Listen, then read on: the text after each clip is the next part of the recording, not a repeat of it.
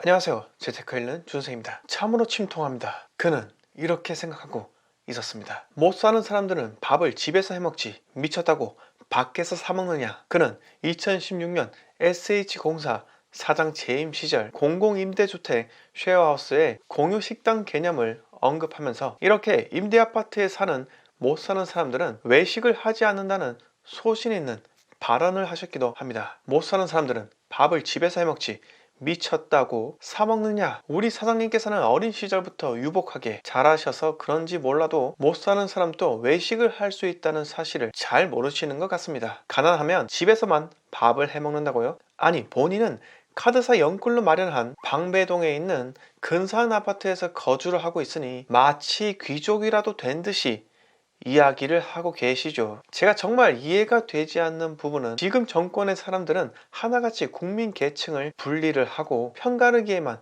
혈안이 되어 있을까요? 집 가진 자와 집 없는 자, 임대인과 임차인, 이 지역, 저 지역, 이제는 정말 지겨워 죽겠습니다. 그리고 변 후보자님께서 생각하시는 외식하는 사람과 외식하지도 못하는 사람까지 이렇게 표심을 위해 국민들을 자꾸 편가르기만 하는 것 같아 저는 정말 안타까운 생각이 듭니다. 서울 집값 전부 10억 이상으로 올려두고 대출이 나오지도 않게 규제해놓고 이렇게 평범한 국민들이 집을 가지지도 못하게 만들었으며 국민들은 내 집 마련할 필요가 없다고 임대아파트 공급만 늘리고 있으며 임대아파트를 중산층까지 늘리겠다고 하지를 않나. 이 모든 것이 집이 없으면 표가 잘 나온다는 믿음 하에서 나온 정치 공작이지 않나 매우 의심스러울 따름입니다. 우리 변 후보자님께서는 곧 청문회를 앞두고 있습니다. 후보자께서는 서울 도심에 주택을 공급할 부지가 충분히 많다며 고밀화, 준공업지역 개발, 저층 주거지 정비 등을 통해 저렴한 주택 공급을 늘리겠다며 본인만의 구상을 언급하셨죠. 또한 서울 지하철역 307개 인근 지역의 용적률이 매우 낮다며 충분히 활용할 가치가 있고 준공업지역은 분당 신도시와 비슷한 규모이니 개발 여건도 충분하다. 그리고 다가구, 다세대 주택 등이 밀집한 서울 저층 주거지를 중층 주택으로 개발하면 충분한 양의 주택을 공급할 수 있다고도 하셨죠. 그런데 그건 참신한 새로운 아이디어가 아니라 이전부터 존재해왔던 진부한 아이템입니다. 참 말씀 쉽게 하시죠. 그 땅들이 전부 정부 소유가 아니라 민간 소유일 텐데도 불구하고 그냥 북한처럼 강제 수용하겠다는 발상인지 정말 의심이 됩니다. 그리고 서울에 있는 준공업 지역이라 하면 영등포 쪽과 서울숲 쪽인데 여기에 상주하고 있는 작은 공장이나 카페 거리 같은 것을 싹 다 밀고 임대 아파트라도 올리실 건가요? 무슨 여기가 북한인가요? 저는 도저히 무슨 말인지 이해조차 할 수가 없습니다. 그리고 이분께서는 주택 공급은 절대적 양이 아니라 질이 중요하다고 하셨는데 기존의 경제학 이론을 싹 다 뒤집어 엎는 듯한 발언을 하신 점에 저는 상당히 놀랬기도 합니다. 그런데 얼마 전 고작 임대아파트 쇼를 한다고 동탄 행복주택의 인테리어 비용을 4천만 원이나 지출한 것으로 보아 이분이 임대주택 하나하나까지도 세심하게 신경쓰고 계시구나를 충분히 알 수 있었기도 합니다. 청문회 몹시 기다려집니다. 다음 이야기로 넘어가겠습니다. 요즘 세법이 너무나 많이 변경되어서 이번 시간은 일시적 1세대 2주택 비과세 보유기간 별도 적용이라는 내용으로 이야기 드리고 마치도록 하겠습니다. 일시적 1세대 2주택 비과세라고 하니 말이 너무 길어져서 편의상 1세대 비과세로 줄여서 말씀드리겠습니다. 기본적으로 일시적 1세대 2주택 비과세를 받기 위해서는 세 가지를 알고 가셔야 합니다. 첫째, 비과세는 양도 금액이 9억 이하까지만 가능하다. 둘째, 종전주택 취득일 이후 1년이 지난 후 신규 주택을 취득해야 한다. 셋째,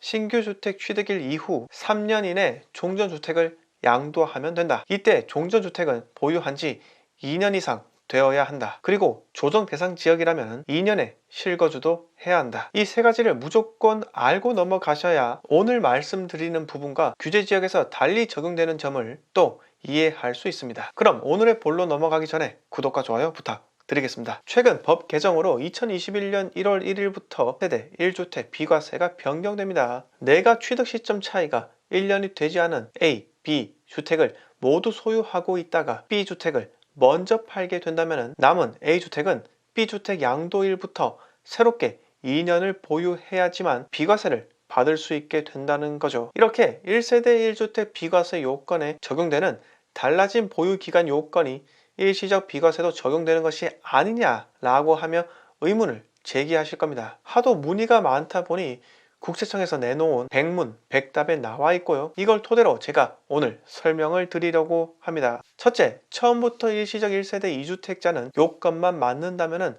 계속 비과세를 받을 수 있다. 처음부터 일시적 1세대 2주택으로 비과세 적용을 받는 경우 비과세 보유 기간은 양도하는 주택의 취득일부터 계산한다 라고 적혀 있죠. 15년 10월에 A주택을 취득하고 1년 이상 지난 뒤 B주택을 취득하고 그 이후 A주택을 양도하면 비과세를 받게 됩니다. 여기까지는 그냥 일시적 비과세 공식이니 잘 이해하실 수 있을 겁니다. 그런데 A를 비과세로 팔자 말자 한 달 뒤 C를 취득하게 되었고 이 법 효력일인 21년 1월 1일 이후인 3월에 양도한다고 하면 B는 비과세를 받을 수 있게 됩니다. 그리고 B를 양도한 지 두 달 뒤에 2년을 보유한 남은 C주택마저 팔게 된다면 C까지 비과세를 받게 되는 거죠. 방금 1세대 1주택 비과세에 대해 설명드릴 때 2주택이다가 1주택이 된 시점부터 다시 2년을 보유해야지만 마지막 남은 1주택을 비과세 받을 수 있다고 설명을 드렸는데 처음부터 일시적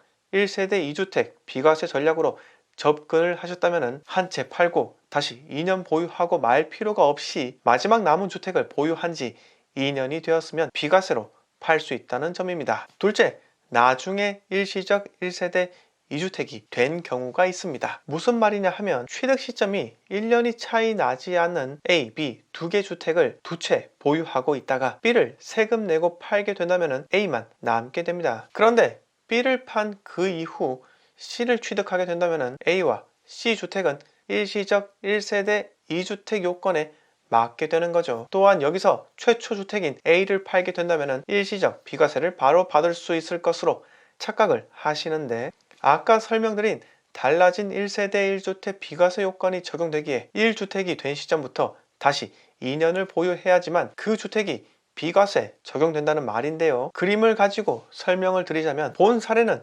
16년 9월에 A주택을 취득하고 3개월 뒤인 16년 12월에 B주택을 취득한 겁니다. 그런데 19년 8월에 B주택을 세금 내고 팔게 되는 거죠. B는 2년을 보유했다 하더라도 비과세 대상이 아니니 6에서 42% 일반 과세 구간으로 양도세를 내게 되는 겁니다. 아무튼 B를 팔자 말자 C를 취득하게 되는데 말씀드렸다시피 이렇게 되면 많은 분들이 일시적 비과세를 적용받는 것으로 착각을 하게 된다는 거죠. 최초 주택인 A를 비과세 받기 위해서는 19년 8월에 B주택을 매도한 지 2년이 지나야 한다는 겁니다. 여기서 달라진 1세대 1주택 비과세 2년 추가 보유 요건이 적용되게 되는 거죠. 정말 양도세 부분은 복잡하기 때문에 여러분들이 주택을 취득하기 이전부터 전략적으로 준비를 해야 할 부분이라 생각합니다. 나중에 세무사 할애비가 오더라도 이 부분은 절대 절세할 수 없는 영역이기 때문에 처음부터 고민을 하고 신중하게 접근을 해야 한다는 거죠. 마지막으로 양도세